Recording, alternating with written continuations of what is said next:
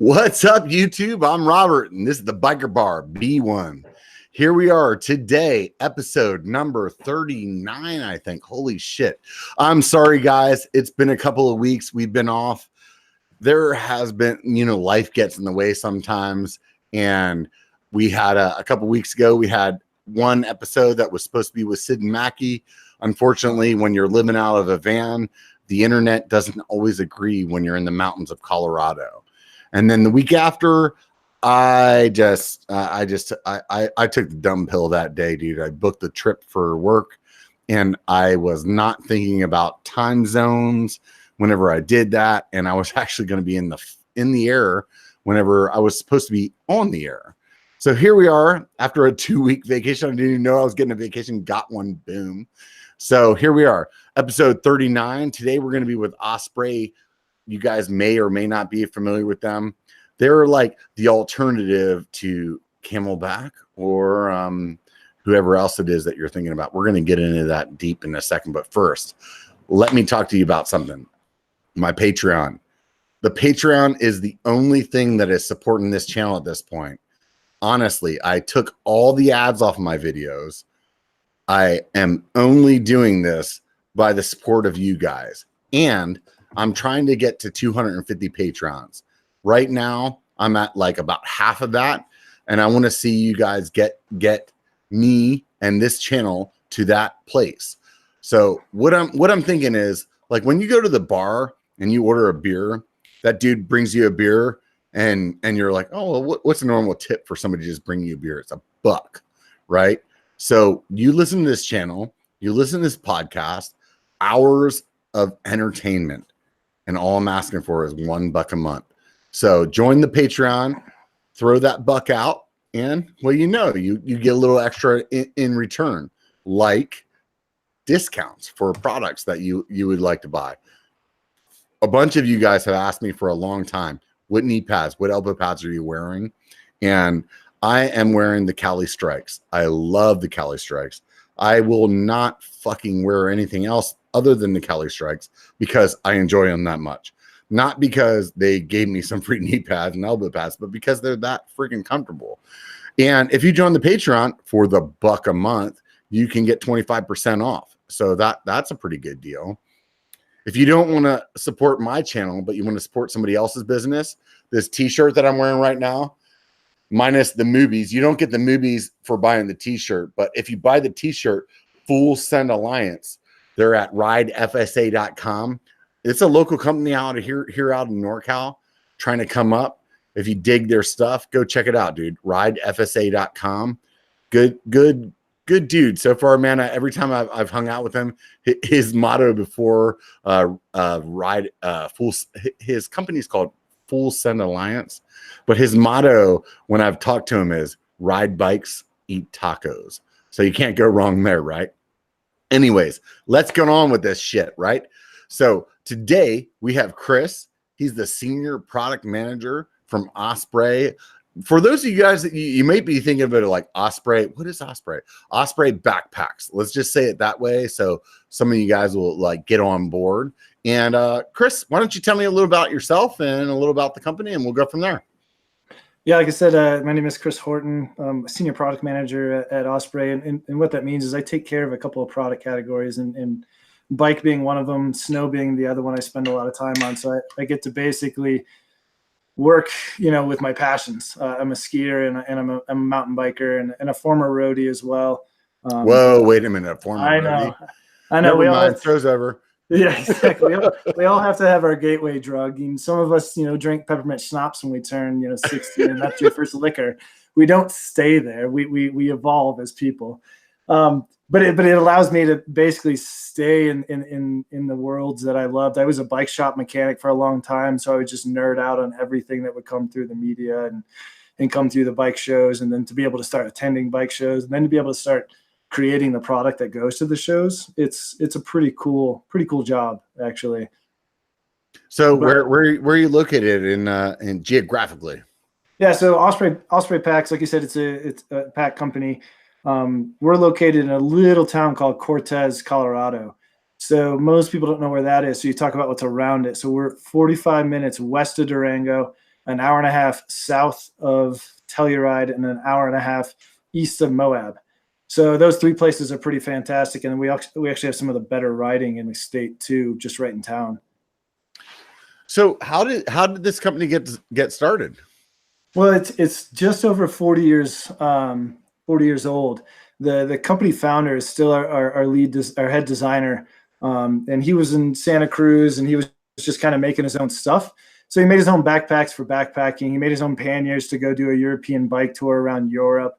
He just was making his own custom gear for himself and then for some friends. And then that kind of took off into a business that went from custom packs and custom guitar cases and custom surf cases to one of the top backpack brands in the world. So we're one of we and Deuter are 2 probably the top technical backpacking packs in the world, Gregory as well. But we also get to do really good things in like bike and snow. We're not just in the hiking and the backpacking side as well. We've been, like I said, Mike's been creating panniers and on bike and hydration stuff for a long, long time. But really since early 2000s, we came out with our own reservoir and our own bike specific product because everybody in the building was a mountain biker, and we wanted to make things for us. We wanted to make product that we could go use at Phil's World here in town. And so we decided to make our own, to create a mountain bike line within the brand. So what was it that like started the company? Mike was he just felt that he could make things better than what he could find out in shops or in the stores, and he could see improvements that could be made. So if you look at things that are very commonplace, like hip belt pockets, a breathable back panel that doesn't make you sweaty, like all of those things are things that Mike thought of a long time ago, and now they're norms. So he just knew he could do a better job, which is great because all I have to do is think of problems, and then I can send off a design team, including Mike, to go solve them. So how did you get introduced to the company? Right place, right time. It's tough. I worked for a couple of bike shops. I worked for REI for a period of time, and I just wanted to see what was on the other side of the customer service and the sales portion. So I moved from California out back to Colorado. I was also missing Colorado, and they're based here. So I just took a job in customer service, which is answering the phones, answering questions about the product, helping small dealers out. Because I just wanted to see what was on the inside. Where in California were you? Because a lot of people, that listen to this, they're nationwide or maybe global, and California is such a big state. It's crazy because I mean, I'm from Pennsylvania, and whenever my family comes to visit California, they're like, "Hey, I'm in San Diego. Do you want to come meet up for lunch?" And I'm like, "Yeah, no problem. Next time that I come to Florida, why don't you come meet up with me?" No, I was in NorCal. Like I used to race in Davis in the Sacramento area. So I'm from the NorCal side. So you're super familiar with where I'm at then. Oh, exactly. Yeah. I used to do the Wednesday night 12-hour Prairie City races there. But and I went to high school and college in the Midwest and Michigan and grew up along the East Coast. I was a military kid. But same joke here. Like, so Cortez, where we're based in Southwest Colorado, when a friend calls and tells me, "Hey, I'm in Denver, come visit me," Denver's 7 hours away. Salt Lake City's 7 hours away. So we live in the middle of nowhere with the four corners, Utah, Arizona, Nevada. So same thing. It's like, "Hey, I'm in Denver, come stop by and see me." No. Let me jump on my private jet. So when you lived here in NorCal, what was your favorite trail around this area? What's going on, man? Look at this good shit in the background. That's what you get when you have friends that like drink beer and the beer fridge is in the shot. Well, it's part of the scene. It's all about context. Right. I used to ride up in Auburn quite a bit, up there in the Forest Hills area. It's just beautiful and flowy. And I had moved from the Front Range of Colorado, where it's just uphill techie, turn around, go downhill techie. So the Forest Hills area was just fun. So the thing about that area is funny is like, as being somebody that lives in this area, rides in this area, obviously films in this area, whenever somebody comes to visit, I always am like, oh, dude, you got to come whenever the snow's melted. Like, we have to go to Tahoe. Like, I don't want somebody to come visit me to ride my local trails. And from time to time, that is not an option. Like right now, like let's just say somebody's like, hey, I'm coming right now, dude. All my favorite Tahoe trails are under snow.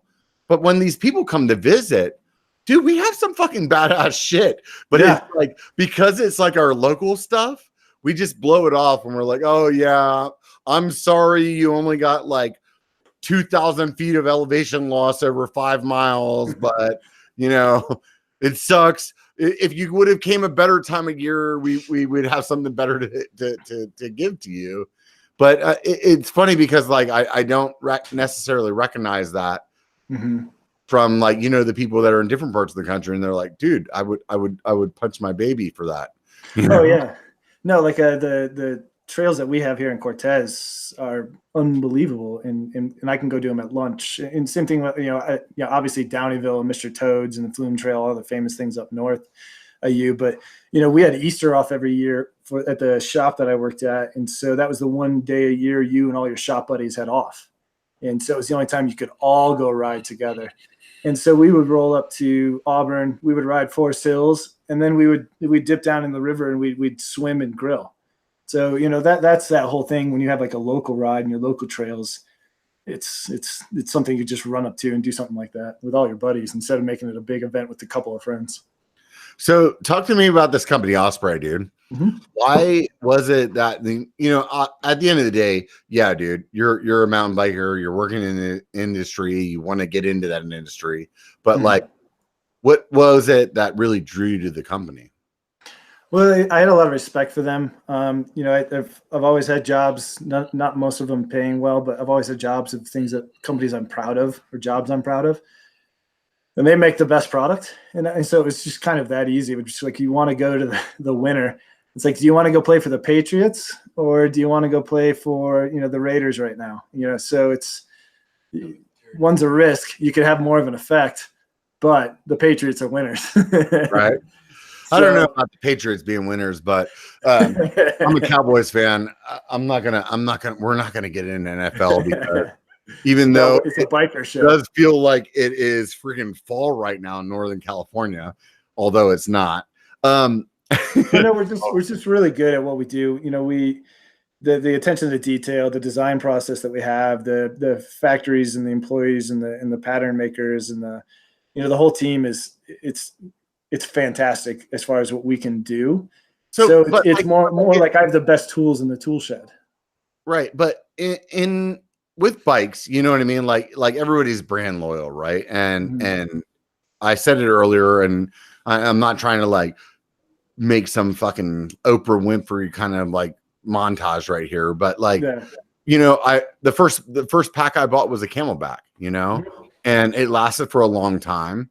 And I don't have any like big complaints about that. So what would be the like compelling reason to decide to switch? You know, so you finally busted through that seam. You're like, you know, you're finally at that spot where you're ready to go to buy something else. Why not just pick up what you've been used to?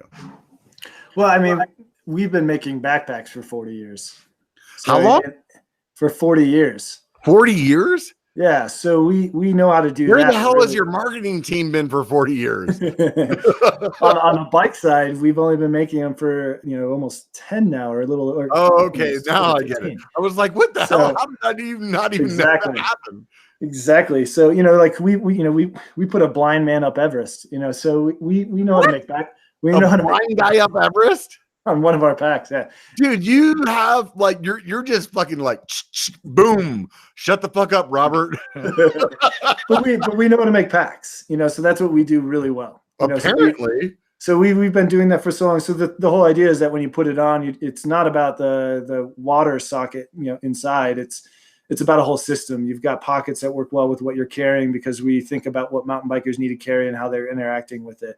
You know, we spent with this 2019, we did a whole bunch of new product, and actually the whole family, my 3-month-old daughter went over. We were in Vietnam where our design team is, and there's a New Zealander that's an actual former downhiller, a French guy, a Vietnam guy, and a US guy. And so we all got to work on it together, and we thought about bike fit. So we know backpack fit really well, but we had the time and we have the knowledge to think about how does a person interact with a backpack while riding? Because the whole idea is you don't want to ride with a backpack on your back. You want to forget it's there.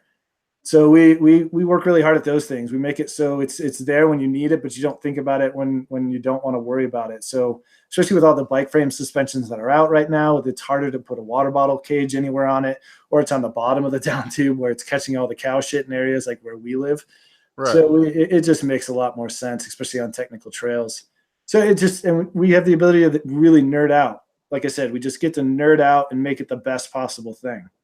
So are you guys noticing a trend that's going from like backpack to like hip pack? Mm-hmm. Oh, for sure.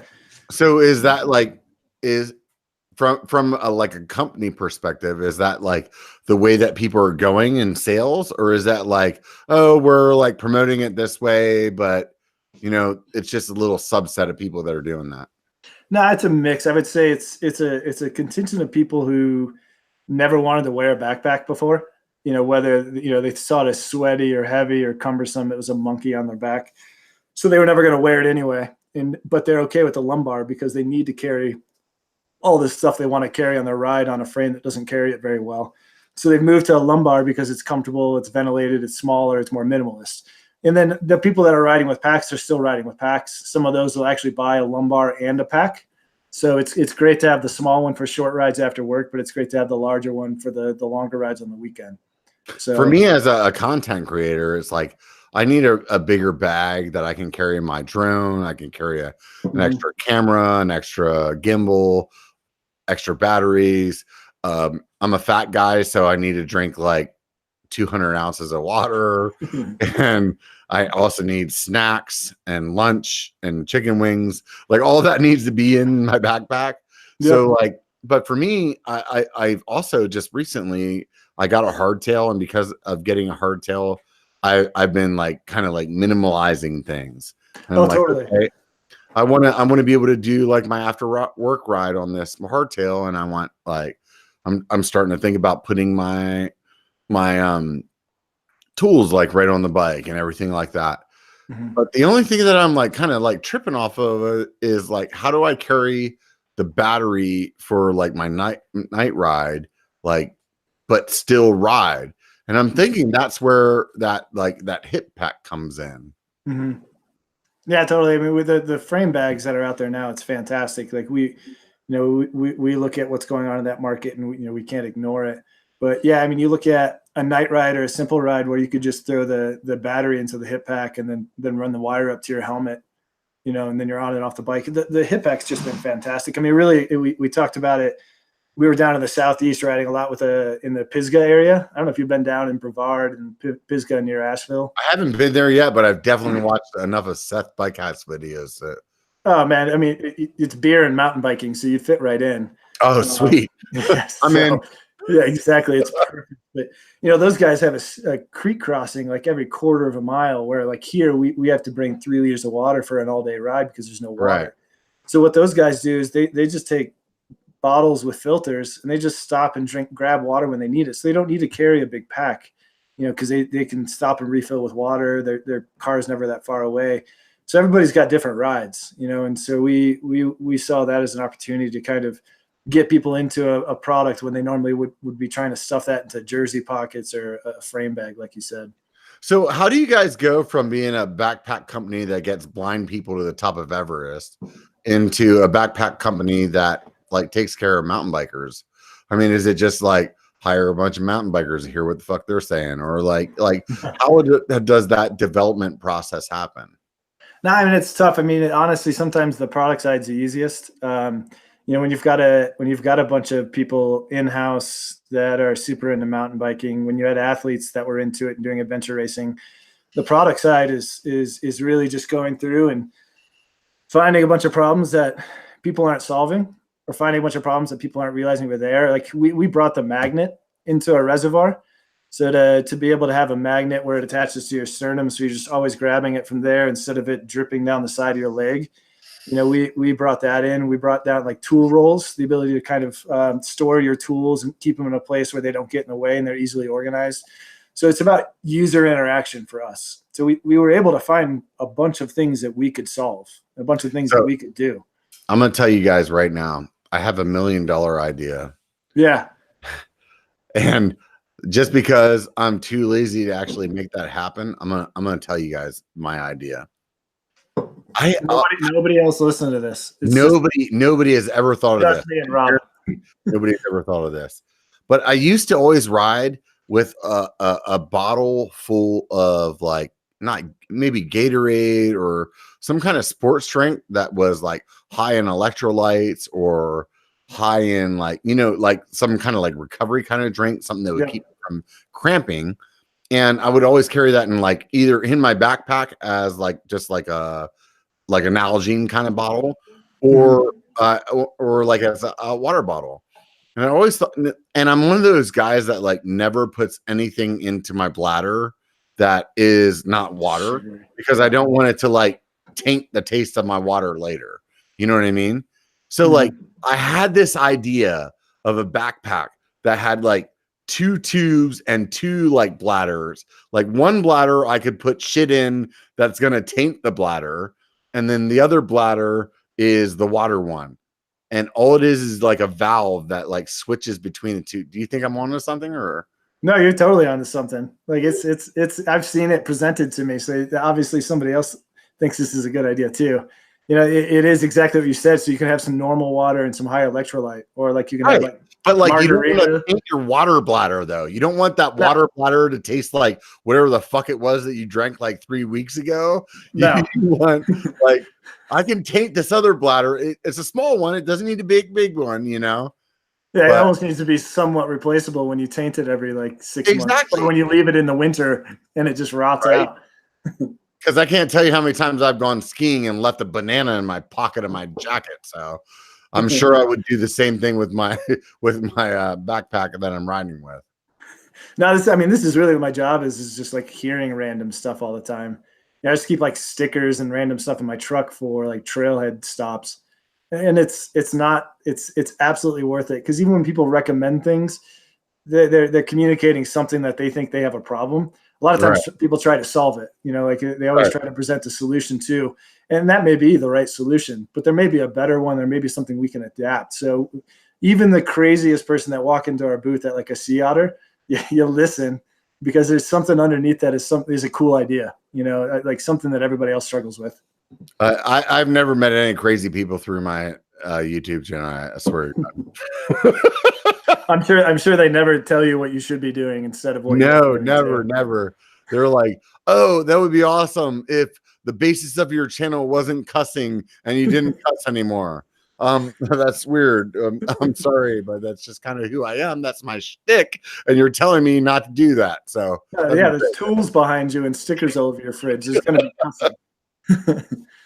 So like honestly, like when you go to the store, like you say you used to work at REI, so you sold a bunch of different bags. Like when you walk into a store and today, you work for the company, and once you get that inside like idea of how the company works, it kind of changes your bias on how you look at things. So when you walk into a store today and you're looking at bags, what are the things that make your bag stand out compared to your competitors that you're like, oh, that's why I wouldn't buy a XYZ brand. I would buy ours because we're doing this. Like, what are those things that people can understand? Because like as a consumer, like it could be like, oh, well, we double stitch this. And as a consumer, we don't see that shit. We're just like, oh, I bought that bag. It fell apart. Like we don't understand why it fell apart, but you like being in the industry, you know that. So what do you see like that? No, totally. We could dork out on fabric deniers and let's do it, dude. And all of those things. But really, for a consumer, when say you walk into a shop, mostly you have 2 things that you could win on. And one is pretty shallow. It's just aesthetics. That one looks cool. I want that one. It's within my price range. That one's objective. We think we make beautiful packs and beautiful colors, so we'll do our best there. But really, it's when you put it on. if you just put it on, you don't need to understand the stitching. You don't need to understand the bar tacks. You don't need to understand all the detailed patterns we put into it. You put it on, you're like, oh, this feels nice. And that's simply, if you're in a store, that's when you're going to see a difference for us. Then what a lot of what you find out is afterwards when you're actually using it. And you're like, oh my God, this pocket's exactly where it's supposed to be. And this store is exactly what I need to store. Or cool, I don't have to use, I can actually access and zip this pocket while I'm pedaling. I don't need both my hands. So then it comes in these nice little surprises that actually make your ride better. It's a little shit. Yeah. Yeah. But in store, you put it on, and that's what that 40 years of experience does. We know exactly how to pattern and curve a harness. We know exactly how to fit and drape on a body. So those things, you just put a pack on and you'll see a difference. So every bag company, as far as like us that are trying to get water, there's some things that kind of set them apart from each other. To me, in the bladder, there's two things. There's the nozzle on how you drink and how you open that up, and then there's also the venue for putting water into it, like with Camelback. And I apologize, I haven't owned one of your bags, so I'm gonna have to like compare that to what I know. When Camelback first came out, like their like opening to put water in, it was airtight or watertight, but like it was a motherfucker to open up, like a 3-stage motherfucker, you know what I mean? Like, it was like you started out, you're like, oh, this isn't that bad. No, it sucks. Oh, wait a minute, I want to punch baby Jesus. Like that's the kind of the way that you went through it. And then you were like, oh, cool, it didn't leak all over me. I'm good with that. So like, how do you guys differentiate? Like, how does that opening work on yours?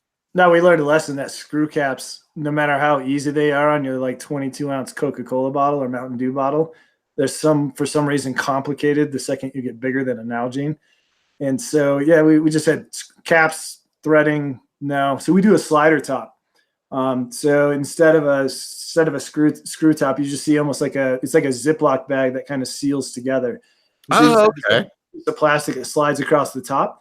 Because some people are listening, some people are watching. Yeah. But so basically, you're talking about like a Ziploc bag that has one of those like plastic slider things that goes across the top. Yeah, it's just like a big plastic one that basically just seals that all in. So that way it's easy. There's no cross threading and then realizing that you cross thread it now your bag is full of water. So when you're filling it up, all you got to do is slide that open. Yep. Dump everything in there. You don't have to like bend it over and like put some other thing on or anything like that. No, you just do a single flip open. And like, again, talking about like the details of Osprey, we just created a shape for that. So that if you have instead of having a really tall thing to try to fill water with this, we shape the top of it so you can fill it in shallow sinks, or you can pour it into a water bottle. So if you see the reservoir and you use it, you'll see like, oh yeah, like I get it. All they had to do is add this in this shape, and it makes it so I can fill it in a sink in a bathroom at a restaurant in Moab. Or like in my stupid ass fridge that is opposite of everybody else's in the world. Exactly. Right? So I mean, and then the material is like we have a lifetime guarantee on it. Like there's no end to it. You can run over. Wait a minute though. So if you have this like slidey thing on the top, then how does the bag stay to the top of your backpack without like slouching down when you're drinking water? Does it still have like a hook or something in it? Yeah, there's still a hook, and we do two things too. We have one for our bigger packs. It actually has a big piece of plastic on the back of it. Bigger? What is the most amount of water that people can get? Like 2.5 liters with the bike packs. You can get a 3-liter that we sell for backpacking stuff. But yeah, and you can house it, and then you can put more water on the inside. Again, we live in the desert. I mean, we're. Yeah, I was gonna think. I was like, can you put a keg of water on my back? Exactly. Because I'm carrying a keg on my belly, so I need to like. It gets hot and humid there, right? Its own way. Oh yeah. But no, I mean that's super easy. It's also easy to clean. You can get your hands in there. But we do like these twin baffles on the inside, so that the twin baffles actually keep it flat to the back. Again, we try to think about every stupid little thing. Water is the heaviest thing you're going to be carrying, so we want that all the way thin and close to your back. So you see that in our reservoirs, we make it so they're thin, close to the back, and then hang from that hook. And then even our lumbar pack has a special reservoir that keeps it actually wraps around the body, keeps the water thin. It's playing with all these tiny little systems that make the whole system work really well.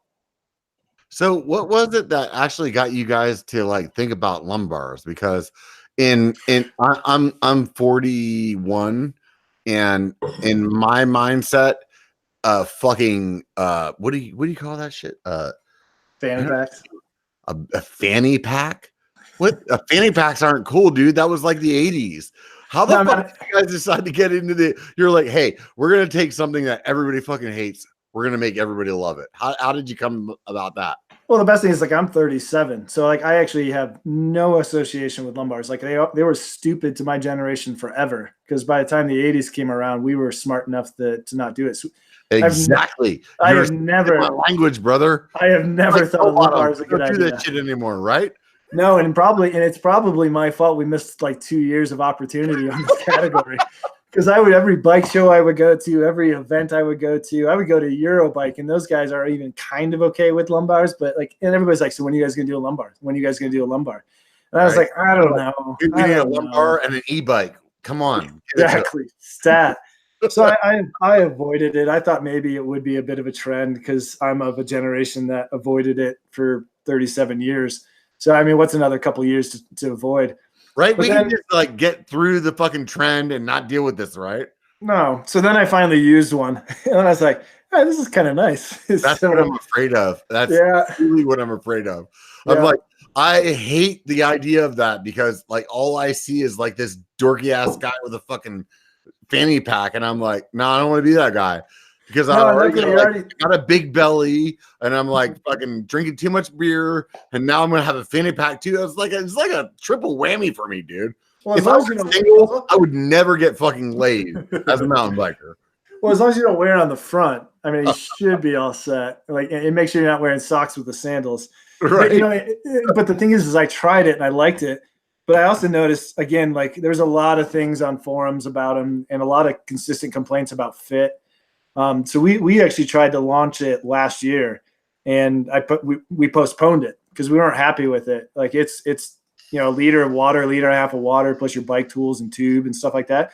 It's a decent amount of weight without a harness. So we actually took 2 years on the fit design of it, and it took a whole lot of prototyping and testing. So I'll tell you right now, dude, I have heard a lot of guys that wear those now that are actually my friends.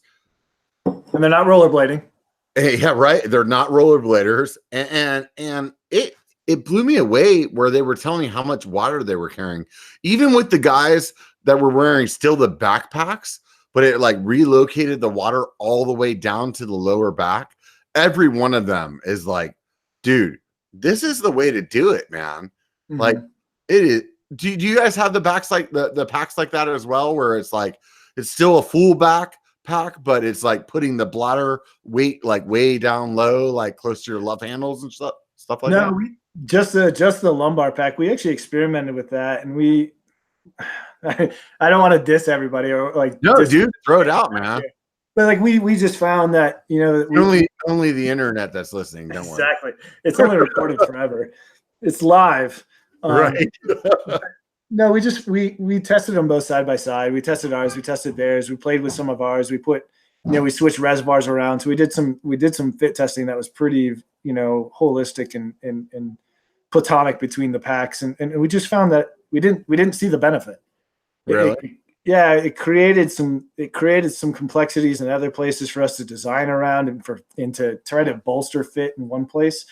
Like I said, what we do is we try to actually what the complexity is, because when you say that, like I'm like, oh, that sounds good, but instantly I'm like, I actually don't know what the fuck he's talking about. Well, you're just like, we just put all the weight in one place, and then now you've got a totally different structure to the pack. So now all of your weight's at the bottom, so you've got to put all of your lumbar and padding. You've got to somehow hold that weight up, pulling that through the back panel in a harness. But do you need it framed anymore? It's just a weird kind of suspension design to deal with. And so what we've by putting all the weight down there in one place, you create this weird thing. Like, it's like it's like a kid in a kid carrier. You know, it's like all of this weight in the place you don't want it to be. But if you can thin out the water and you can spread it across the entire pack, that's ideal, because then water is being spread everywhere. Everything is being evenly spread. So that's how we look at everything with Pack Fit. It's about even spread of the ventilation, even spread of the pressure on the back, even spread of the water. And like I said, and then when you try it on and you wear it, you don't feel like you have a pack on. It's not bouncing it and hitting the back of your head. It's not moving around. It doesn't feel like it's there.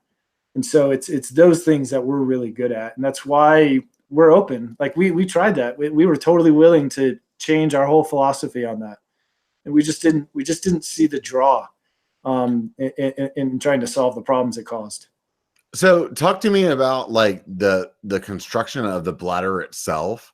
Like, is that something that's like kind of just an industry standard where it's like, oh yeah, everybody makes it this way out of these same materials so that it doesn't pop if you like wreck? Or like, do you guys have something that's different, or like the way that your seams are made that like in as a professional like makes you stand out? Like, or is it just like, oh yeah, bladder is a bladder? Yeah, no. I mean, a bladder is a bladder in a sense that what you need it to do is not leak and give you water, you know. So it is a simple task that, you know, can be difficult at the same time.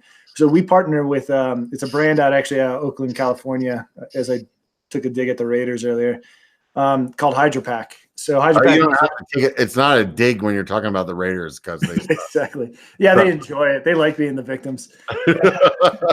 It's all right. Like I said earlier, I'm a Cowboys fan. Everybody loves to hate a Cowboys fan. Wait a minute. What team are you following? I'm a Patriots fan. Everybody hates me, so it's okay. Yeah, I just wanted to bring that up one more time. Yeah. It's I expect to have no validity in NFL talk. So let's get back to mountain bikes.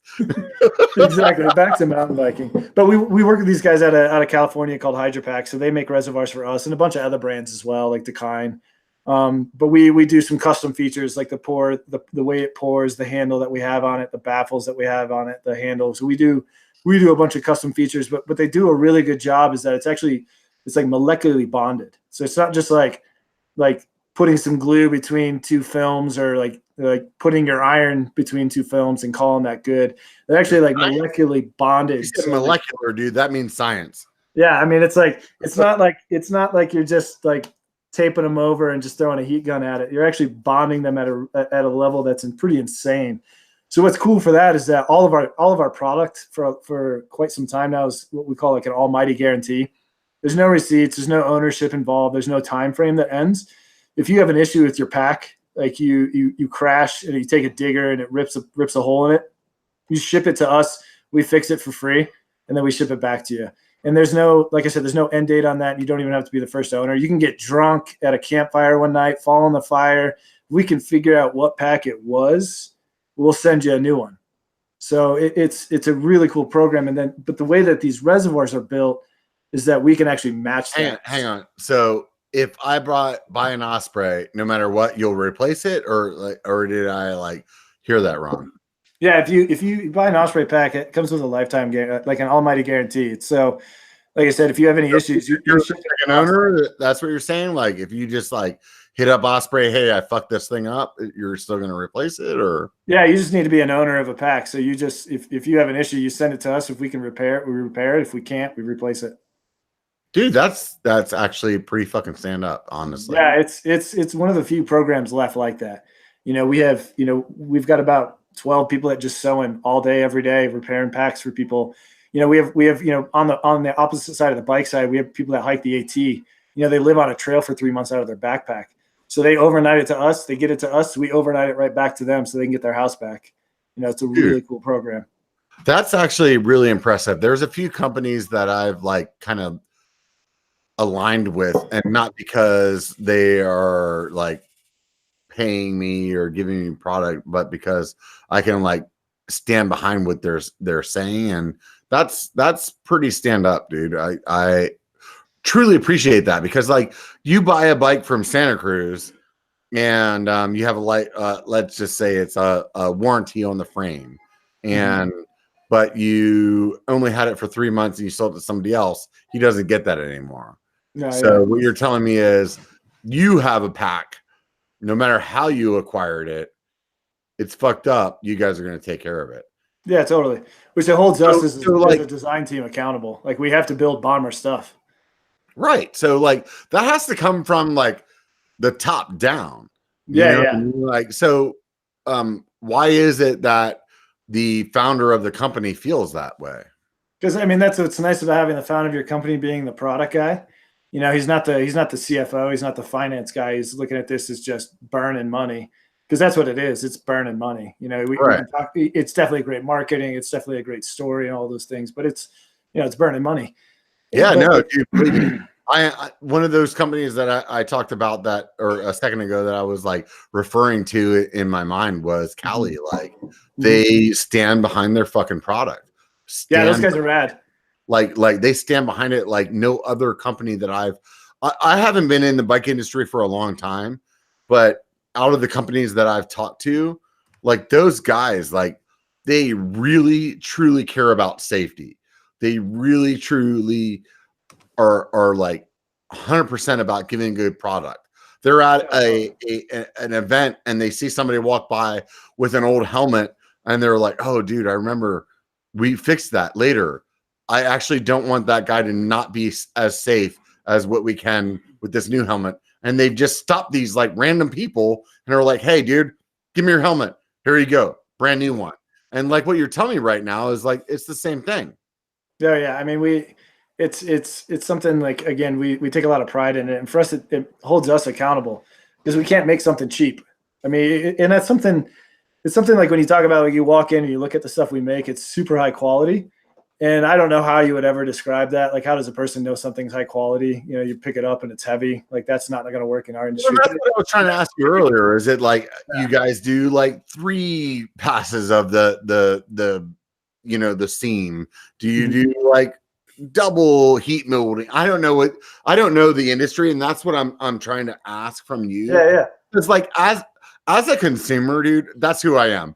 I'm a consumer sitting on the other side of this microphone right now. And what you do, like, you understand that. You understand the difference between like using this glue compared to that glue for the bladder. And I don't. And neither do any of my followers. So like, that's what I'm asking you is like, what sets you like apart that way, you know? Oh yeah, I mean, it's insane to think about, but like stitching is one of the oldest forms of attachment in the world. So explain to me why that fucking means something, because you said that earlier and you were like, "Oh, I don't want to get into that." And I was like, "No, actually, I do, because I would like to understand when I'm walking into a store and I'm looking at a backpack and I'm like making a decision between one or the other. My first intuition is, oh, that one has the color on it that I like, or that one like just looks cool." But I want to be able to like come out of this podcast or this live stream and be able to be like, wait a minute, but that one has a stitch that goes, you know, like a Z all the way up. And that makes sense. You know what I mean? So what are you talking about? Yeah. So totally, like I said, like needle and thread, man, like grandma can do that. Like grandma can fix your shirt right now with that. So, you know, what can we do with it that's different from grandma? Is pretty amazing. So if you look at our harnesses on our bike product right now, we looked at how it should fit a biker and how your shoulders move with you, and when you're going uphill, downhill, struggling, you're hot, whatever it is. And we realized that there's tension lines. So when you're wearing a pack, the 2 edges of the harness, those can create tension lines where your shoulders come in and the meat of your harness comes in. So what we did on our higher premium level packs, and even on our lower level packs, we make it soft, is we actually created a wing that cups your shoulder. So having foam that cups the shoulder right there, what that allows that is almost like a running vest. It's almost like a garment. You know, we're looking at this from like an anatomical fit, not just like your shoestring or your JanSport backpack that's just straight down. Like how to spread that weight over a bigger area. Exactly. And so, and also so grip the body. From your like backpacking side of like R&D than you are from like your mountain biking side of R&D. Well, it is, because what it is if you look at our first generation, like bike packs, the ones that we made in like early, like 2010, 2011, they were overly built. They were like stiff. They were made like a hiking pack and a backpacking pack. You know, they're uncomfortable on a bike. So it actually took us some years to unlearn some of those things and actually specifically learn bike fit. And that's where we do this really well, is because now we build around a biker. We don't build around a backpacker. We build it around a cycling position. We know what they're going through. They're bouncing around, going downhill. They're going uphill with weight on their back. I mean, it's a pretty decent amount of weight on a small pack with all of the tools in the water. So what we know how to do is we can form that harness so that anatomically fits to a body. So that it's a wing fitting over the harness that's specifically shaped in that way so that your shoulders can move forward as you move around. And so it stays extremely stable. Because again, most people don't want to wear it because they bought a Camelback years and years and years ago and said, man, I don't like riding with a backpack. It's like, no, you don't like riding with that 1988 Camelback. You know, try a 2019 Osprey. You know, and that'll change your mind because of, again, just it's how tough for me, dude, because like for me, like those bags aren't cheap. You know, it's like $100 or more for a good bag. And I'm not saying that every time I've bought a good bag that I wasn't happy with it. Yeah. But yeah, you ride that. Like, dude, I'm not gonna bullshit you. The Camelback that I'm riding right now, I've probably been riding with like 8-9 years, right? Yeah. And the only reason that I bought that one was because I like, this is actually a pretty funny story, dude. I was like rolling down this single track trail, and you know, whenever there's like a tree that like kind of like comes out and you just gotta like dip into your like frame to get through. I was doing that. So I'm coming through this trail, dip down, and apparently I'm a big guy. And when I dipped down, this tree was low enough that it pushed me and my bike down that I got stuck. It was enough to stop me. And because it was a downhill section, my front wheel was off the ground. And what it did was it like compressed my suspension so that my suspension was completely compressed that I couldn't get off my fucking bike. The front wheel was hanging off the ground and I was stuck in the middle of the trail, like with my hands on my handlebars. And I'd like had to yell to my buddy. I was like, dude, can you fucking like push me out? I'm like seriously stuck right now. So he pushed me out. And when he pushed me out, my Camelback ripped because I fucking ran into that tree apparently. And so that's why I bought a new one. So, but since then, I mean, it's been 8 or 9 years. So it's like, what is the reason at this point that you would be like, hey, let me give up this bag that has been working? And maybe there's some things about it that I'm annoyed with. Like, for example, my Camelback, that's an old bag. I'm annoyed with the way that it opens. I've bought newer bags for like other biking instances where I'm like, oh, this one opens easy. Like, why would I want to just be like, you know what? This thing's not good enough, you know? No, totally. I mean, we don't need people to buy stuff just to have stuff. We don't need more stuff in the world. I mean, I go to trade shows and I wonder why we have so much of this, you know, junk in some of those halls. Yeah, so totally. We don't need that. And that's why we have the repair. But I mean, there's a defining reason, you know what I mean? It's like, dude, we're doing this better. You know what I mean? Like, okay, yeah, this is not like at the point of like being trashed, so I should buy something new. You know what I mean? Like, because like some of us are cheap asses like me, where it's like, dude, I'm not buying something until that thing fucking breaks. But some of us are like, hey, well, if there's a better product and it's compelling to be better, then like, why would I do that? You know? And in some cases, I've done that. You know? No, totally. I want people to buy a pack and have it for 10 years, to be honest with you, and not have to like cycle through. If you want to go through fashions of new packs, have at it. It makes my bonus bigger every year. I appreciate it. But like, like we're designing packs to make them last 10 years. So if you've got 8.5 in your Camelback and you've got another 1.5 years left in it, cool, enjoy it, man. But yeah, like but we have, like, if you're looking for a reason to buy a new one, or if you're in a shop and you're not looking for a reason to buy a new one, but you're in a shop and they carry it, just put one on and check it out, because that's the thing, is because only one competitor was really in this field for so long. You know, say what you want about capitalism, but competition, you know, breeds innovation. And so when there wasn't a bunch of competition, there's only so much innovation. And now that there's more people in the field, whether it's us, Camelback, Dakine, even Thule and Patagonia, you know, when you have people coming at each other. I love the fact that you said Thule, because I say Thule all the time and people are like, who's that? You mean Thule? And I'm like, no, I don't know. I used to say Tool, and then somewhere along the line, somebody was like Thule, and I was like, oh no, that sounds so much better. I actually don't know if that's the way that they want to say the name of their company, but I love the fact that you said that because I like saying Thule. It just sounds good. Sorry. No, as a Midwesterner who went and started working for some bike shop in Oregon, you know, like out of college, and was the dorkiest person on earth because you're from the Midwest. Right. What do you think I started calling it before somebody finally corrected me? It was probably the Thule rep. So. I hope that like someday I get a chance to talk to Thule and they're like, actually, no, we're Thule. I'm like, God damn it. No, I know. I actually know. I know some of the guys in Sweden, so I know I'm saying it right. It's Thule? Okay, cool. Yeah. Shut all these bitches up, man. We're good. No, but we you know, these guys come in. It's fun, man. Like, you know, you get challenged and product gets better. You know, Camelback's had to be better too. Like, but like we're the best is the way that I like to think about it. Like we're the best at what we can do. So so to me, it's about improving the experience. So when you're thinking about it now, it's like, okay, do you have a pack? You know, is it carrying the modern gear? Everything's changed. Are you carrying the pump and the smaller pump and the things you need, a 27.5-inch tube, because, you know, you don't have anything on the bike frame anymore, or you are using frame bags and you just need some water. Cause you know, we make these things, like I said, we make $150 pack, you know, we're making a $200 one that'll come out in a year or so, but Jesus Christ, that's expensive. No, I know. I just finished a $1,200 ski pack. But you look at the what the fuck did you just say? $1,200 for a ski pack? Yeah, it might bag, dude. Yeah, it might save you. Only that thing gives you like at least a blowjob. No, it should. That's squaw. Yeah. How the fuck do you make a $1,200 ski pack? What is in that?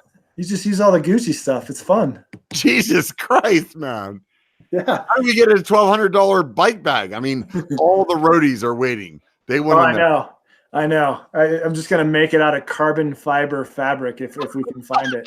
It'd probably be horrible, but it'll be expensive. They'll want it. That's all. But we have a $55 pack. Like that's like it's killer. So anybody doing like a dirty Kanza that's got all the crap on their bike frame, like you've got your hardtail and you get a triangle bag in there. But having that reservoir with more water and having the sternum strap right there in front of you, I mean, having that access to water, again, it totally depends on what you're doing and what your personality is, but we can make the ride better. Like that's what we do. That's what our packs can do, is we can make the ride better. So earlier when I was talking to you, I was saying that like one of the differentiators, at least from my perspective, is like how you get water in it. And the other one that I said was how you get water out of it. Yeah. So you guys, I know just from like what I've seen in pictures, your like valve for like getting water out of it is different than how Camelback goes. What's different about that and why? So the valve is actually it's got a magnet that's positioned like on your chest, so like right over your heart. So if you've got a pacemaker, just be aware we've got to probably figure something else out for you. But right over your heart, you've got a little magnet, and that just keeps it right there in a bivalve that's easy to use. It's got an on and off switch, so you don't leak it in your car when you shut the door on it. But having that access there, like I was doing a race down in northern New Mexico, and it was one of those. It was like I don't race much anymore, but it's fun to go do it. And you can never get your hands off the handlebars for a long period of time to get a bottle. There was no like section of road. There was no flat spot. So it was constantly undulating or technical trail. But with a reservoir, you can drink. You can drink the whole time. You know, so it's just easy access to the water because it's always right there. It's easy to find. It's not dripping down your leg. So again, like you end up drinking more water because of it too, and you end up having a better day. I did. We have a really great race here called 12 Hours in Mesa Verde. It's been going on for a really long time. You know, like Todd Wells did it with like his like friends. He was posting like hour 10 laps, and all of his friends were posting like hour 70 laps. Like they just don't even count it over 2 hours. And so it's a huge race, but I forgot my pack, and I was too lazy to run down to the office to grab a new one, and it sucked. Like it's about an hour and 30-minute lap for me, and it sucked. Like not having water, not having access to water, you know, even being able to bend down and grab a water bottle in a race situation or just a faster race day situation. So do you guys have a different way that like the valve works? Is it like you have to turn it on, turn it off, or like? No, yeah. I mean, there's a turn on, turn off. I know it looks different than the one that I'm used to riding with. No, it's. I mean, what's different about it is it does have it on and off. You really only do that like when it's in the car, so it doesn't leak. But once you're out on a ride, you just leave it on, and it's angled at a 45-degree angle, so that it's basically oriented right to your mouth, so it's easy to find and easy to put back. And then the magnet being situated there as well. So it's really just super. It's just intuitive. You're not trying to find it somewhere. You're not biting it or over chewing on it or anything like that. So it's just super intuitive because we've angled it the right angle. We've put the right size bite valve on it. We put it magnetically where people can intuitively find it. So it's those simple things again that just make it easier for everybody just to So use is the magnetic, you just put it up there, or does it like twist into it, or no, they're just magnets. You don't have to fiddle with anything. You don't have to try to unlock it. It's just magic. I mean, magnets are magic. It's kind of fun. Right. No worries, dude. If you got the kid duty over there. Can you hear the toddler? It happens, man. Let me go say hi to her. Yeah, go for it, man. So this is the deal, guys. You guys are all sitting on the chat right now. It is not very easy for me to always to pay attention to what's going on.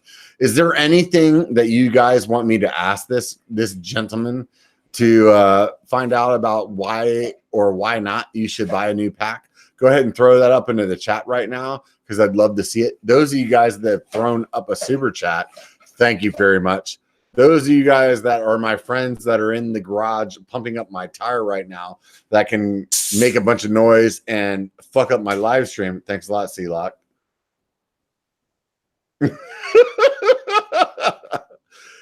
That's what we're doing. So let me know. So anybody out there, throw it up in the chat. Let me see what we should ask. Osprey. Oh, it tastes like poop. Dude, why does your finger taste like poop? Weird. For those of you guys that are listening, C-Lock just stuck his finger in my mouth, and it tastes like finger near your mouth. Tastes- Put it in your mouth. tastes like dog poop. That's weird. And peanut butter. Why does your finger taste like dog poop and peanut butter? Anyways, so a gear holder. Do you take bigger guys into account? Oh, let's do it. Let's do it. Come on. Give me something till he gets back. I'm stressing. I'm trying to burn some time here, and I'm doing it. Fucking moonlight, motherfucker. Enough face. Let's see. Moonlight's here. So I honestly, I don't know about you guys, but I've been carrying the same bag for like almost 10 years. How do you know what poop tastes like? Jesus Christ. That's a different story. We'll talk about that later. Kind of a stupid question. Right? You have to have eaten poop to Right? remember what it tastes like. I know, right? I don't even understand. So, anyways, so this is what I'm thinking. I've been riding the same bag for almost 10 years, but at this point, like there's some certain things in my bag that have been starting to wear out, like the oh yeah, if you want to get that awesome biker sweater that C-Lock's wearing in the background, go to hoodie. shop.biker.com. You can pick one up, or you could just go ahead and support me by going to Patreon. Anyways, I'm back, guys. Sorry. Chris is back. Thank you very much, Chris. So we were trying to understand what would be the deciding factor of hang on. Actually, there was a couple of questions that actually were way more Nice. than what I was getting at. So what's the largest waist size that the hip pack goes to? Because I got a bunch of fat guys on my channel apparently, and yeah. want to wear your packs. No, so we actually we make that up to I think about 47.5-inch waist it'll go around, and then if you're bigger than that, we'll actually custom make you extenders. Oh, so you're like we do full on beer belly. Oh hell yeah, man, dude, we're like Sid and Mackie are athletes of ours, but we're not an athlete type company. We're an everyman company, you know. So like you just heard, I'm a dad that's 37. I'm way long past my racing overweight days with a kid. Like we're about having fun on bikes. That's basically what's important. Sid Mackey was supposed to be on the show like 2 weeks ago, but apparently if you're trying to have internet in the middle of the mountains of Colorado, it doesn't work out too well. So we rescheduled. Yeah, they're great. I hope you get them on the show. They've been fun to work with for a long time now. Actually, they've been athletes of ours. So talk to me, Chris, man. What kind of bike you riding, brother? I'm on a Pivot Mach 5.5. A Pivot. So yeah, you're in the 29er camp, huh? No, this is a 27.5er. What? So this is like their 5.5. I didn't even know they did that. Oh yeah, it's fun, man. It's 100% 29er company. No. It's like 2.6, like kind of fat tires. It's like I went from like being a little racer boy in my Lycra to like actually enjoying mountain biking. And so when I converted from my hardtail into this fun bike, because like I live close to Moab and like in Fruta and I have all this wonderful riding, so I needed a capable bike, and I love it. I love it. Big fan of the Yetis and big fan of the Ibis. Ibis and Yeti and Pivot are, good friends of ours. Right on, dude. So, where did you say you were living nowadays? So we're down in Cortez, Colorado, in Southwest Colorado, and what's rad about that is when I first moved here, I got this job. I've been with Osprey for 8.5 years. And so when I got this job, I was early 30s. I was single. I was poor, but I had a bunch of bikes. And I could decide on Friday at noon when I was eating lunch that I'd be like, you know what? I'm going to go to Moab this weekend. And I would pack up after work, and I'd be in Moab before sunset. And then I could spend the whole weekend riding. This guy, I think he's giving $100 super chat, but live.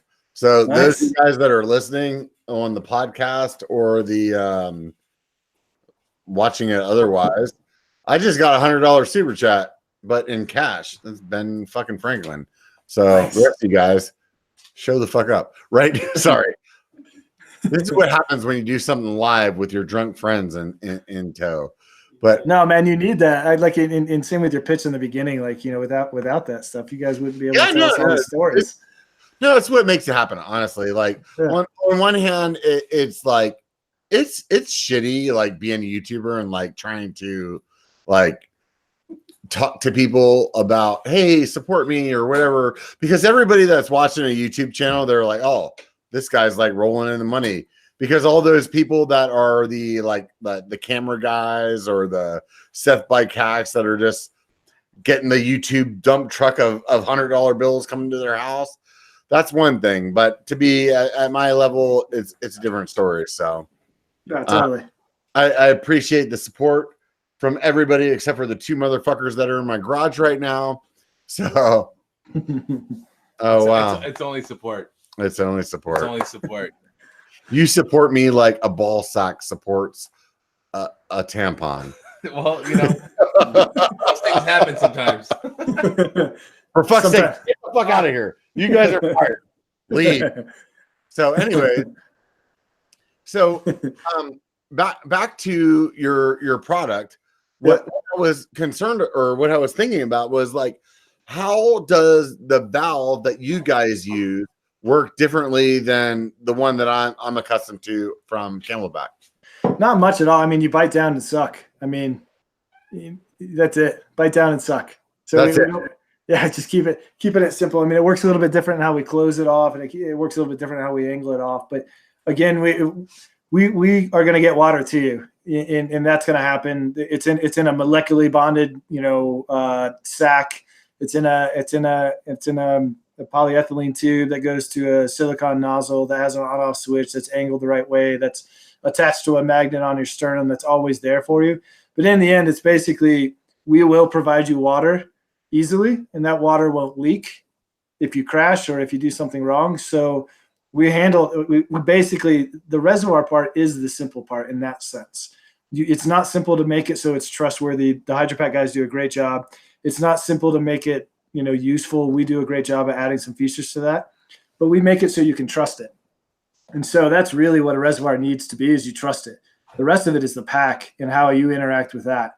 So like whether you can unzip the hip belt pockets while you're riding with one hand and grab your goo or your trash or whatever it is, can you access, is your pen, safe and protected in the back panel, in the backpack? How is the bag like? Can you explain to me like how the bag doesn't fucking break when I like eat shit on it? Like, what is that made out of? Yeah, most of them are made out of nylon. So it's really rare that we make them out of poly or polyester. But most of them are made like a 210 nylon. And 210 is like it's the weight. So if you take a yarn And you look at what the weight of that yarn is before you start weaving them all through. The higher that number, the more it weighs, the more durable it is. The lower the number, the lighter it is, but the less durable it is. So you'll have like crazy stuff that's made out of 1000D. You'll have ultra lightweight stuff made out of 40D. So we toe that line between weight, so you're not carrying something that's too heavy, and then something that's durable that can last our guarantee. So we don't want you to feel like the pack is on there. So we use like a 210D, which is this perfect place for it can be durable, but it's lightweight. But then some of the other ones, like we have different packs in the line, like our $150 pack. That's for the person who rides often, knows how to break a chain, prepares for their ride with all the things that you talked about bringing. So that's kind of like your prepper and your experienced guy. That's why they need the bigger pack and the better pack in the line. Then you go to like the lighter weight ventilated pack that we have in our line. That's your priority, is ventilation, and it stores the necessities. But we have this great little pack at like $100, and the entire pack is made out of fabric. There's no mesh. It's the Siskin Salida. So it's basically, you can attach a full face helmet to it. It's all fabric. It's using a heavier. So that's using like a 500D fabric. So it's heavier weight. And so that means that's the one where you can get better at the technical sections. You can crash more often. If you're thinking about running up, like we were up at North Star riding the lifts last year with Interbike. Jesus Christ, that's fun. I mean, you don't have to pedal uphill and you just get to hit the jumps and the stuff all day. Like, where the hell was that when I first started mountain biking? Like you hardly sweat. That's a blast. And so you're going to crash. You're going to take some diggers. And so we put in those packs that we know we want a heavier weight fabric. We put a heavier weight fabric in to take those diggers and last long. Right. I totally get what you're saying there. So like, do you, I'm sorry. I just totally lost my train of thought. Another beer. I'm just going to say, right. Exactly. When does this turn into drunken history? I thought that's what exactly. That's what I was. So when, with that like bladder technology, like is there something that's different from the material that you're using compared to somebody else? Or yeah, I mean the polyethylene that we use versus a polyethylene that could be used versus should have just lost my other science word. Polyethylene, poly, all the poly. Anyway, there's one that stretches and one that's static. So imagine one that doesn't stretch. It's like a piece of plywood versus like a cotton shirt, which stretches. Ours stretches. So that's where you can take it, you can crash on that thing, and it just kind of stretches out. And you see commercials and you see videos on HydroPack's page where they're just running them over with a car. So you add a material that stretches and then it's molecularly bonded. It can't break. It's insane. Like it can't. I mean, it's the pressure it takes to blow that up. That reservoir is three or four times the size of itself when that happens. So highly, highly durable. And again, most people just want to trust the reservoir. They want to make sure it's not going to leak on them, so they're all wet. They want to make sure it doesn't leak because then they don't have water. And they want to make sure that they can get the water. And we make sure that happens with, again, the best film that you can buy, bonded the best and strongest way that you can, and then using the tricks and techniques of just intuitive intuitive use for the bite valve. Right. And then, so how do you know that the difference between like, hey, this material is on my shoulder strap, so I'm not going to like sweat through that or whatever. Like, what's the thought process that goes into that stuff? Yeah. I mean, it's again, that'll vary as well. For like ventilation, we take foam and we die cut foam into the harness so that you can get air moving through that. And we just cover that through a mesh. We actually cut like ridges, like a stegosaurus back on the back of the pack. So that creates foam that's ridged. Then that lets air channels go out. And we're really purposeful about where air is coming in when you're mountain biking and where hot air needs to escape. So all the ventilation is actually really visible. One of the packs in the line, they're called the Synchro and the Silva. We make men's and women's of everything to men's and women's specific fit. The Synchro and the Silva, those actually have a tension mesh back panel like a trampoline. So imagine like a trampoline frame, like a metal frame, and then the mesh in the middle. That like where we live in the hot climates where we're at, it's just extremely ventilated. So you have all this airflow coming in. You don't sweat as much, and you don't have to drink as much of that water. So people were asking, like, why is it that you have to clean the bladder? Here's the trick. If you only put water in it, here's the other trick. When you first get these bladders, they're coming from like a Q&A inspection. You got to rip them open, and they've been vacuum sealed, and then you got to wash them. So please God, wash the china, in the boat that it rode on away. But after that, if you just use water, you don't have to clean it. You just keep the water fresh and recycling it. If you want to, you can throw it in the freezer. But if you only use water and you keep that environment sealed, you're going to be fine. It's when you start introducing sugar, that's when you have issues. So the second you decide to take that pack to a festival and put margarita in it, that's a great idea. But you're going to probably want to buy another reservoir afterwards, or at least do a really good job of cleaning the tequila smell out of it. So it was what I was talking about earlier when I was saying you want to have that the secondary one. That secondary one. So what is the way that you guys recommend to actually clean that to get rid of? So we have you can use cleaning tablets. We've actually got some on our site, and you can see some what are they called? They're called Bottle Bright. But they're cleaning tablets, and they're not made of chlorine. They're actually they're made of something you can almost eat them, but don't do it. It's going to taste horrible. It's like what we did in school with Alka-Seltzers.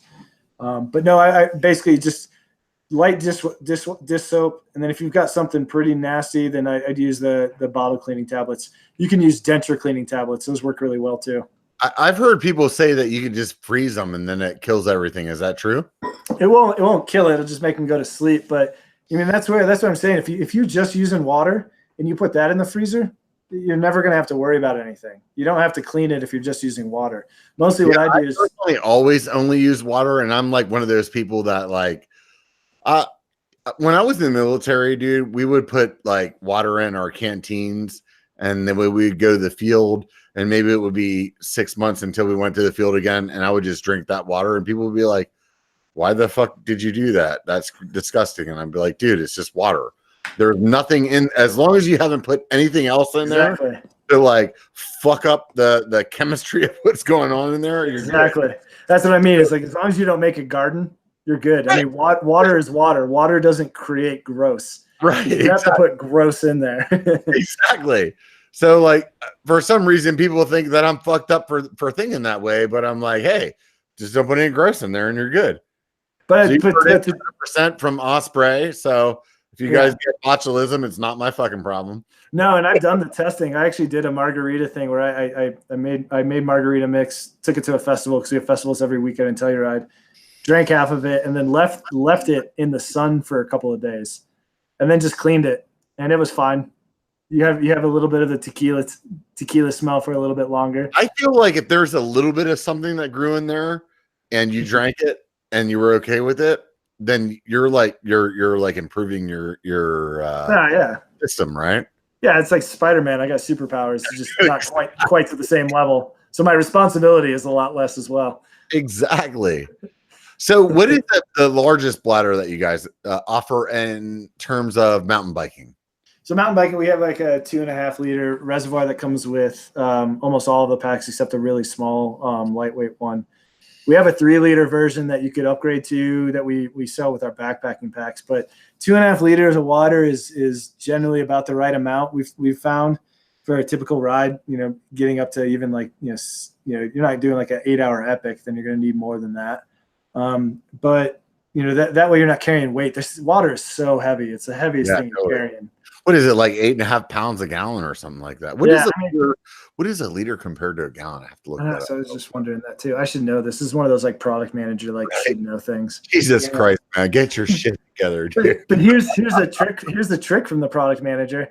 You don't drink 2.5 liters in every one of your rides. So if you're only going to do an 1.5-hour ride, only put 1 liter of water in there.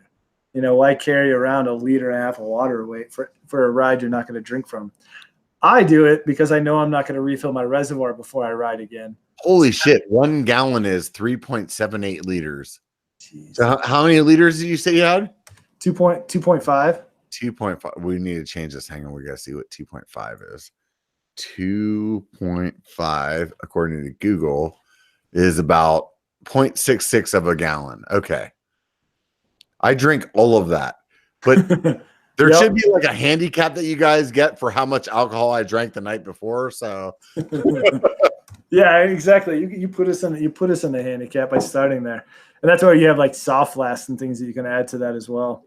So do you guys have something like earlier you were talking about guys that like purify their water because where they ride there's lots of grease. Do you guys have anything that's like part of or built into the pack to purify?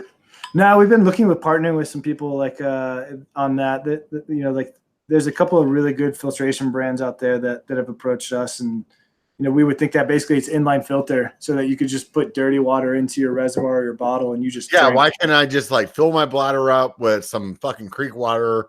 You have the filter there. I don't have to fucking worry about it. Even if I have to buy a new one, that would be cool, dude. Yeah. No, we're looking at that. Like you can get some inline filters now, but they're kind of big, so we just want to get them a little bit smaller, a little bit lighter weight. Yeah, right on, dude. Yeah, but that's a good idea. Look at this, two ideas. See, dude, I'm telling you, dude. I honestly should just be part of your R&D team. I also want a filter that changes water into beer. Can you do that? Yeah, it'll be called the I mean, Jesus turned it into wine, so this would probably be more of a devil filter, I guess. So we just call it the biker filter. It's good. Yeah. the devil's touch. So like when you get to the end of the ride, instead of having to open up cold beers, all you do is like slap your new filter on and you got the beer filter. You're good. The beer filter is also the way that I've came up with every relationship that I've ever been in. how you see it, or how you get through it, or how they see it and get through it. Hey, come on now, dude. Seriously, stop asking all these serious questions. I'm just trying to make something funny. Turning the couch around. So on the flip side, also on the flip side, I'm just trying to like transitioning. I'm transitioning into a road biker. No, I'm not. Don't do that. So outside of that, of the like actual packs that you ride with, do you guys have a pack that is like a bag, like a gear bag? You guys have something like that? Totally.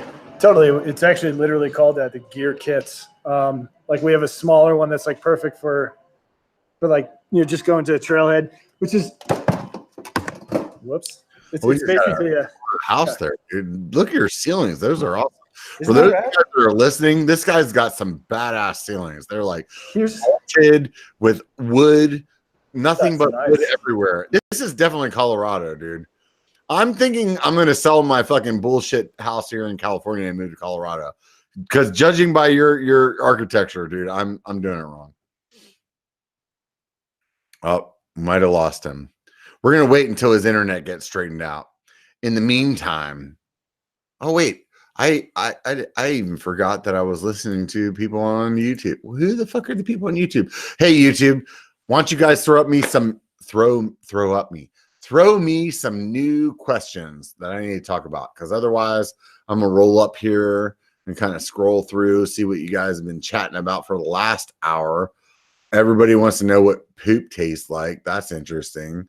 What did I get tagged on this one? Falling in a campfire sounds like something straight out of biker camp. Yeah, that's definitely biker. That's awesome. Oh, $9.99 from Sparks. What's up, brother? Thank you for the super chat. I appreciate it immensely. This is what's going to get me to the Yaman Jamaica fucking ride later on this year. Oh, dude, he lost. I just watched him drop out of this stream. You know what? Right now, he's stressing. As a guy that was part of a podcast for his company to just fall out, he's probably fucking sweating bullets. I'm gonna swing up here. Brian T threw the beer fund up for fucking $5. Where's the rest of you super chatting motherfuckers? Seriously, we're trying to run a business over here, and all I'm doing is just running my mouth, talking about this, talking about that. Anybody wants to throw up a Yaman super chat right now, you're gonna get your name up in the corner for the rest of the super chat. So if you guys aren't familiar with Yaman, what Yaman is the people that love this channel, that support this channel, they throw out a little bit of love, and that little bit of love adds up, and eventually it's going to work out to me going to Jamaica and finally riding mountain bikes in Jamaica. So if you guys want to see me ride in Jamaica, throw up the Yamon super chat. So any super chat you throw up with the hashtag Yamon, YAMON, I'll throw it up in the corner. It'll stay up there until the next guy that throws up a bigger one. And then the next super chat in the next live stream, it'll stay there until that guy at least throws up one. And even let's say their super chat was for like $50, and now it's a new live stream and yours is $1. You get to be up there in the corner. So threw a little bit of time up near, got Osprey back on with his internet problems. Hey man. I was trying to be all sly. My laptop was dying, so I went out to get the cord. Good, dude. I was 30 seconds. I have been through enough fucking problems on this podcast to understand shit happens. Let me tell you, dude. One night I was doing this podcast. There was a thunderstorm going on in Sacramento. My power went out. I was like freaking out, probably about the way that you were a minute ago when you realized that you like dropped offline. I was like, what the fuck? I'm like doing a podcast live and I just have no power. Like I started it back up with my phone. It came back. It doesn't matter, man. At the end of the day, we're here to talk about bikes. We're here to have a good time. So no harm, no foul, man. So let me ask you right now, dude, regardless of the bike that you ride and the football team that you're in with, where is the place that you would love to ride the most in the next year? Oh man. Like if there was like no bars, whole, you know what I mean? Here's the thing is I get to do, like, there is no bars. Everybody can go ride wherever they want. They should go ride. So it's more of a question of where should I go ride next year? Like, yeah, but I mean, like, there is. Wait a minute. Like we have like families. We have like bills. Yeah. It's not like you're like, oh, well, I could ride New Zealand tomorrow. You know what I mean? So like, spot, dude. You know what? I really want to get to Scotland. That's what I think. I want to go ride Scotland. Like, there's a bunch of stuff in South America I want to get to, and some stuff in the Alps, but I feel like there's just something cool about going and like to Scotland and I'll tell you what, there is a YouTuber that rides up there. God damn it. I feel like an asshat right now I can't remember it. Not remembering the name is like, oh shit. Somebody in chat hook me up right now. It's like oh fuck. What is the guy? He's like in Scotland, UK kind of area, and everything that he does, everything, like, it doesn't matter how well or bad he rides. Thank you. Somebody make trail rider. This guy, like, everything that he rides, like, is these epic views. Yeah, like, it's gorgeous. How do you not want to fucking ride there? No, yeah. No, they have some kind of laws. They have a law there that's called right to roam. So there's no such thing as like trail advocacy there. It's like they have a law that's called right to roam. So it just means like you're allowed to ride wherever the fuck you want, and that's what it does. And that's why there's so much cooler access to a lot of things in Europe. That's why e-bikes work in Europe, to be honest, because it's all private property, and people are like, yeah, go ahead, go for it, man. Just do whatever you want to do. Like, dude, we've been fighting over this shit for a couple hundred years. We don't give a fuck. It's because they don't sue each other. They don't get the liability crap going on. Dude, you're trying to rope me into some political shit. Oh my God, over open. You want to? Yeah, it's like Canada's better because they can go up in Whistler. They can build those things in Whistler that we like can't build down here. Or don't trust exactly. Oh my God, you're trying to fucking walk me down a corridor of problems. I love that topic, man. I love that topic. I mean, just go to Europe one day and just do like a touristy thing, like go see a chapel. And you'll walk up a pair of stairs. You'll be like, this is the sketchiest fucking thing I've ever done in my life. Like, they wouldn't allow this. They wouldn't allow these stairs in America. Over there in Europe, they're just like, yeah, whatever. You fall, your fault. Right. You know? Like, yeah, I used to live in Germany, dude. And the way that the German police are called Polizei. So, like, the way that they, like, fixed problems at a bar was they walked in, threw tear gas, beat everybody up, and then asked questions later. In America, it doesn't play out that way. They're like, no. but What is? But it's fun. I mean, it's fun seeing that though. Like we've got like here in town, and you see like the snow levels are causing some things for some of the resorts, but some of the stuff that like Telluride's going to build, and like Purgatory, which is a small resort near Durango, like some of the built trails that you see coming out of that, like from like fun stuff, like big jumps, big cool things that some lawyer somewhere found the loophole, of what I can sign and then go do fun things. So earlier you told me that you were a pivot guy, and that I thought you were a 29er, and you said 27.5, which is interesting to me. For those of you guys listening, my buddy is just trying to make love with my ear in the background there. So he's got a wandering eye. I feel like that's necessary for context. Little crazy eye. Anyways, so you had mentioned that you ride 27.5, and I gave you a bunch of shit about it, but oddly enough, I'm also a 27.5 guy. So I want to know why you like 27.5 over 29er. Well, I've got all the wheels in the garage. Like I've got a niner. Yeah, I've got a niner hardtail in the garage. I've actually got an old 6er hardtail in the garage, and then the 27.5 pivot. It's just that. When you first said that, I was like, what the fuck is he talking about? And then as you explained it, I was like, actually, no, I have the same thing. Yeah, I totally do. But because of that, I know the difference between all of them. There's this section that we have this really great flow tracks where we live. And there's sections of that flow track that when I do that on my niner hardtail, like I'm really raking out the bike because the bike is so long. You can actually feel those turning differences. But there's something about that 27.5 with those 2.6-inch tires. And I'm basically just riding a motorcycle. I'm like making noises in my head when I run over rocks. I'm like, boom, boom, rap, rap, rap, rap, boom. Like that's what's fun about the 27.5 to me is that I think it's like that. The 27.5 is flickable. Yeah. It's like, it's the things that you like about 26, but then that rollover of the 29. Yep. You know what I mean? It's like, to me, it's like that perfect like middle spot. But I'll tell you, man, I was a 29er hater all up until about a month ago or 2, 3, 4.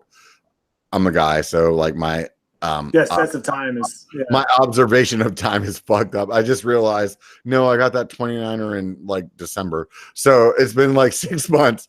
But like, I'll tell you, man, like I was a 29er hater, but the way that the new geometry is, they've really dialed this shit in, man.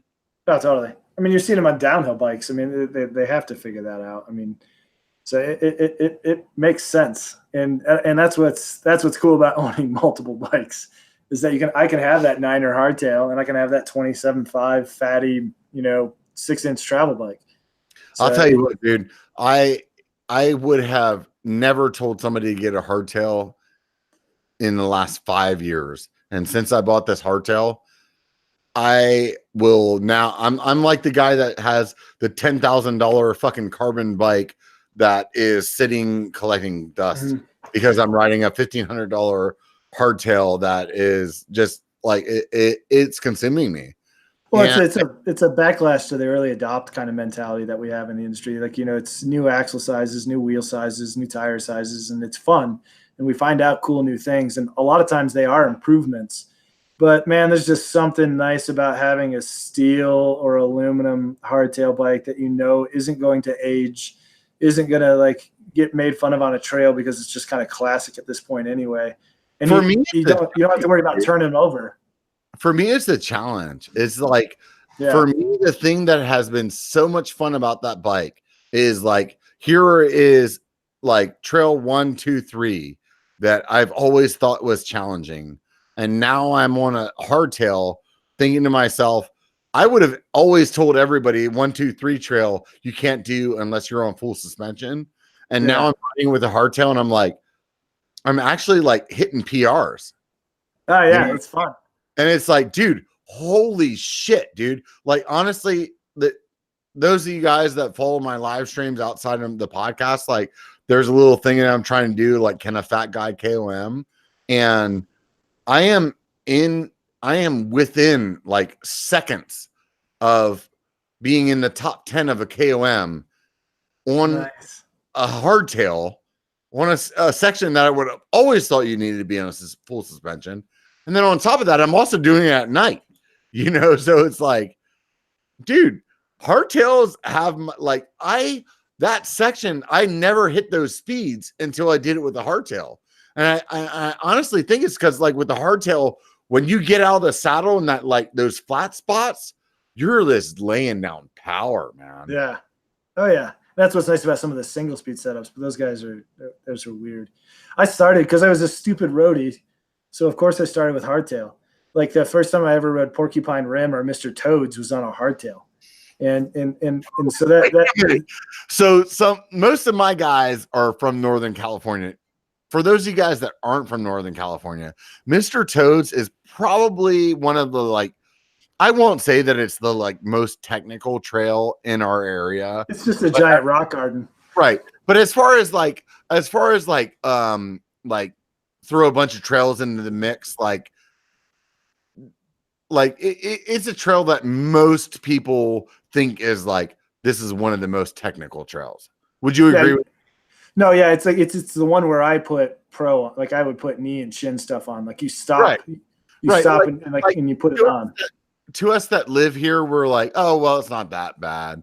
There's like, in my head, honestly, like as a local, I'm like, oh, there's like 2 spots that are really technical. And then outside of that, it's not that bad. Aside from the fucking shit show of a climb to get up there. You know what I mean? Yeah, but exactly. If you were like flying to Tahoe from somewhere else, you would be like, holy shit, that trail was intense. Yeah. So I'm trying to give you guys like the perspective of like a local. Well, what's crazy about that trail from a local perspective is it's a giant rock garden. So that when I was riding it on a hardtail, I was up that this guy came in front of us, so we were suiting up, and he was on a full rigid setup. Let me cut you off just for a second for the people that aren't from Northern California. If you ride Mr. Toes on a hardtail, you have a little bit of a fucking mental problem. So I'm going to throw that out there. Just like I am actually contemplating how I want to ride this on the hardtail, but I also have a mental problem. So just know that, guys, the trail that we're talking about is extremely fucked up, especially on a full suspension bike. And we're talking about doing a hardtail. Okay, go ahead. So I watched this guy do it on a full rigid. So like you're placing, wait a minute, dude. Yeah. Do you like get dick punched on like a Tuesday night? I didn't do it. I'm not that stupid. I was stupid enough already. So this guy's on a full rigid doing Mr. Toes, and I was watching it. I was like, wow, he's really good at mountain biking. And then my buddy on a full suspension bike went and hammered down it and had a bunch of fun. So that's where you kind of shift and find those places where you get a skill set out of the hardtail, but there's a place where you should be on a full suspension bike, and it's all about fun. And if you're having fun finding new lines and getting new technical things out of a hardtail, that's awesome. Like that, I kept the hardtails because I still need it too. Sometimes I don't want all that suspension. Sometimes I don't want all that going on. I just want something simple. Like I used to race for GT a long time ago, back when 26ers were the only thing available. So I have this carbon 26-inch GT bike in the garage. It's got a rigid fork. So it's a 27.5 front wheel because it fits within the rigid, but then a 26-inch rear. And it weighs 19 pounds. It's stupid. It's basically a BMX bike. But I love it on a easy local trail that we have because it feels like I'm on almost like a BMX trail bike. I'm just kind of ripping around and having fun with it. So that's what's fun about a hardtail. There's something light and simple underneath that you can just kind of whip around and rip around on trails. So you said you're 37. You're pretty close to my age. How did you get into mountain biking, dude? I mean, I didn't get into it until I was in my mid-20s. This is even worse. I was a triathlete in college because that's what some friends did. Go ahead and make fun of me all you want because I deserve it. But it was something to do, and I realized that running is fucking horrible. Like it's just horrible, and so I just didn't want to do that anymore. And I realized I loved the bike portion. So I was doing some bike racing on road, and then I moved to Denver, and I was a mechanic for a 24 Hours of Moab team when that race was still going on. And so I was mechanicking for the team, and the whole time I was sitting behind the table working on their bikes. I was like, this is bullshit. I should be out there, like. I want a mountain bike. I don't know what mountain biking is entirely. I know how to fix them, but I decided then and there that I was going to mountain bike. So I bought a used mountain bike that was a bit too small and took a bunch of endos and learning how to ride out in Denver. But it's so much fun. It's all those things that you have as a kid when you first get on a bike. All those feelings come back. It's exactly why you should mountain bike. So I'm gonna ask you right now: are you like a CushCore guy? Are you a tire suspension guy? Or are you a purist? What do you mean? What was the first one? Like CushCore deal? Like, are you on the CushCore camp, or are you a purist? Like, just ride it like we always did. With I'm in the CushCore camp. Why? Tell me why. Because I'm gonna go. I asked you to tell me why, but then I'm gonna tell you my. I guess what it is I'm pro-choice. Like, if we want to get on the e-mountain bike thing, I'm pro-choice. Like, I think about what I think about is that I can do all this stuff on a fully rigid single speed and have a great time. But I've been doing this a long time, and I've enjoyed it. This is the thing that I'm gonna say. I always am definitely like, I'm a person that's gonna like speak for the experience that I had. Mm-hmm. And coming into like CushCore from like the outside, like no like free product or anything like that, is like, oh dude, it's gonna save my rims. Okay, that's cool. But once I met with them and I realized like they explained to me like this is like a suspension product, I was like, oh okay, yeah, you're fucking marketing me, whatever.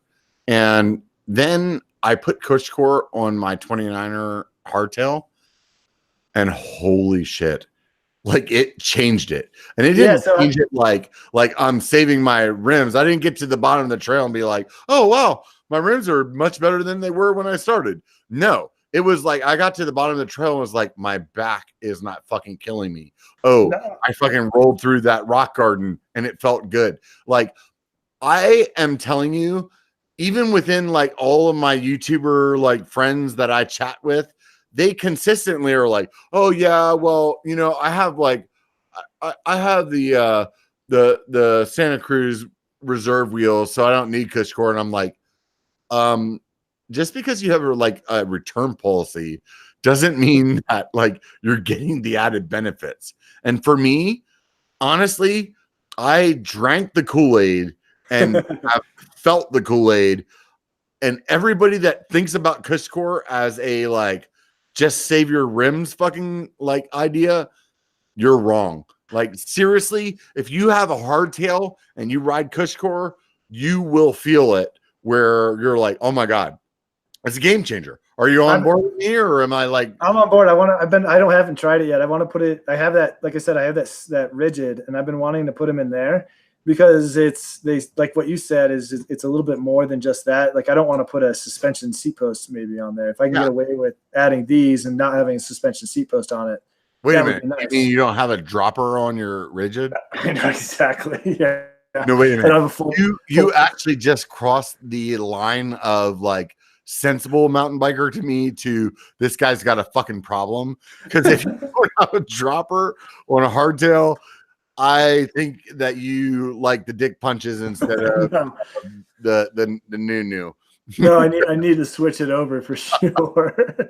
Basically, that bike is what's left over of my other bikes. I'm telling you, dude, get a dropper first. But after you get a dropper, I'm serious, it will change your game on the CushCore. I can't speak for the other companies that are doing the same thing. I don't know if they're only doing their thing for like tire protection, but I can tell you without a doubt, when I rode my hardtail with CushCore, it changed my ride from a suspension standpoint, without a doubt.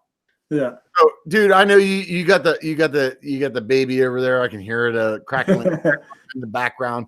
I really appreciate the time that you've taken with me. Talk to me one last minute here about Osprey and like what stands out from you. Like, dude, you've worked for this company. You've been there for a while. Like, now that you've been there for a while, like, what is it that makes you walk into a store, or like if your buddy's like, hey, I'm buying XYZ bag, like what would you tell them to be like, no, buy ours, this is why?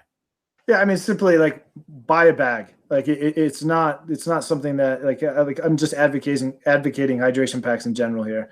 Like buy a pack. It makes it so much easier to carry the water you need and drink the water you need. Carry the gear that you need to carry. You need a tube. You need a tool set. You need food. You need an extra layer. You need to carry these things and just keep it simple. Like simplify your life and carry a pack. And then buy an Osprey because you're going to forget you're wearing it because it fits so well. And everything's going to be so well organized and so intuitive to use. It's just a better product. I mean, you don't want to worry about it while you're riding. You just want to have fun. You want to ride your bike, and that's basically what we're enabling.